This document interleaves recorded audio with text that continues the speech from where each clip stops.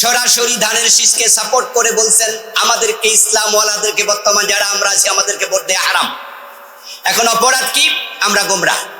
এখন যাদের পক্ষ তারা নিলেন তারা কি গোমরাহ না শরীয়তকে স্বীকার করে? তারা বলছে তারা শরিয়া আইনে বিশ্বাসী নয়। তো শরিয়া আইনে বিশ্বাসী না করা কি কুফরি নয়? তো তাহলে তাদের অবস্থা কি দাঁড়ালো? বিখ্যাত আরবি প্রবাদ ফাররা আনিল মাতার ওয়া কামা তাহতাল মিজাব, বৃষ্টি থেকে বাঁচার জন্য দৌড়াইয়া নালার নিচে গিয়ে দাঁড়াইছে।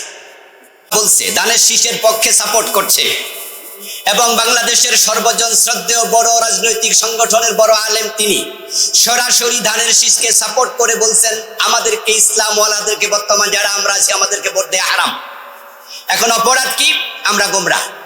এখন যাদের পক্ষ তারা নিলেন তারা কি গোমরাহ না শরীয়তকে স্বীকার করে? তারা বলছে তারা শরিয়া আইনে বিশ্বাসী নয়। তো শরিয়া আইনে বিশ্বাসী না করা কি কুফরি নয়?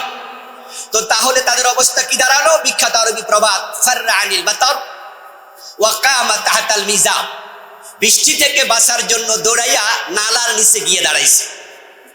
এখন যারা কুফরিতে বিশ্বাসী তাদের পক্ষ নেয়া কি কুফরি হবে না? তাহলে এখন আমরা ইসলাম চাই না, আমাদের ইশতেহারে নাকি ইসলাম নাই, অথচ আমাদের প্রতিষ্ঠা আমাদের লক্ষ্য উদ্দেশ্য সবটাই হচ্ছে ইসলাম প্রতিষ্ঠার জন্য। তবে আন্তর্জাতিক বিষয় বর্তমান পরিস্থিতি সবটাকে মাথায় রেখে কর্মসূচি দিতে হয়। আর ইসলাম তো একদিন নবী মুহাম্মদ সাল্লাল্লাহু আলাইহি ওয়াসাল্লামের জীবনে প্রতিষ্ঠিত হয়নি, সেখানেও 23 বছর লেগেছিল। এই জন্য আমরা যারা এই দেশে ইসলামকে প্রতিষ্ঠার জন্য ছোট্ট কাল থেকে আন্দোলন করছি সেটা আমাদের মাথায় আছে, আমাদের কর্ম সেটাই প্রমাণ করবে। কিন্তু আমরা মদিনার সনদকে সামনে রেখে হিকমা অবলম্বন করে ধীরে ধীরে আগাতে চাই। নবীজি মুহাম্মদ সাল্লাল্লাহু আলাইহি ওয়াসাল্লামের উপর যাকাত এসেছিল 2য় হিজরিতে, চোরের হাত কাটা এসেছিল 7ম হিজরিতে। ইসলাম এসে আগে দারিদ্রতা বিমোচন করবে, তারপরে চোরের হাত কাটার দিকে যাবে। এই ধীরে ধীরে ইসলামী বিধানগুলো অনুসরণ করা এটাও একটা হিকমার অংশ।